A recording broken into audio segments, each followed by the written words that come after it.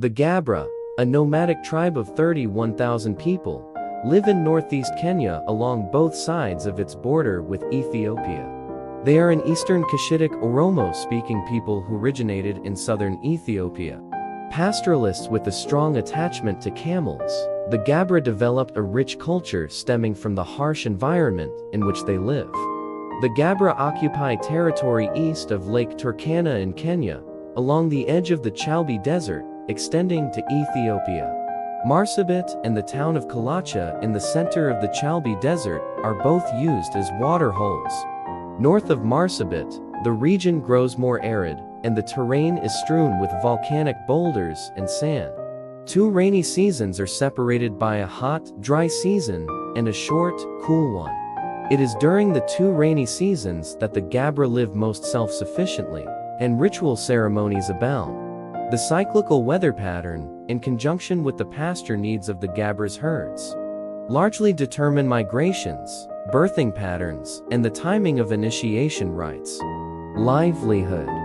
For the Gabra, to live in balance with the trying environment is to protect land, animal, and fellow Gabra.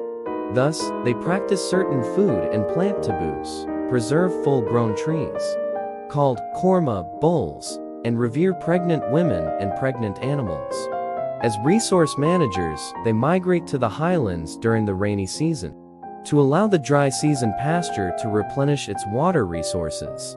Perhaps most symbolic of the Gabra's identity is the proverb, "A poor man shames us all." Since mutual support is imperative for their survival as nomads, no Gabra may be allowed to go hungry, go without animals, or be refused hospitality or assistance. A person who refuses to help others is labeled al-Baku, a stigma that stays affixed to the family for generations. The practice of camel lending exemplifies the support system. The Gabra have a mixed livestock economy, consisting of camels, cattle, sheep, and goats. It is almost entirely based on reciprocity.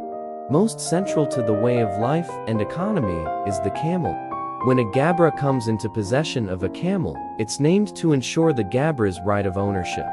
The camel will be loaned or given to other Gabra in need, and a future act of reciprocity will be expected.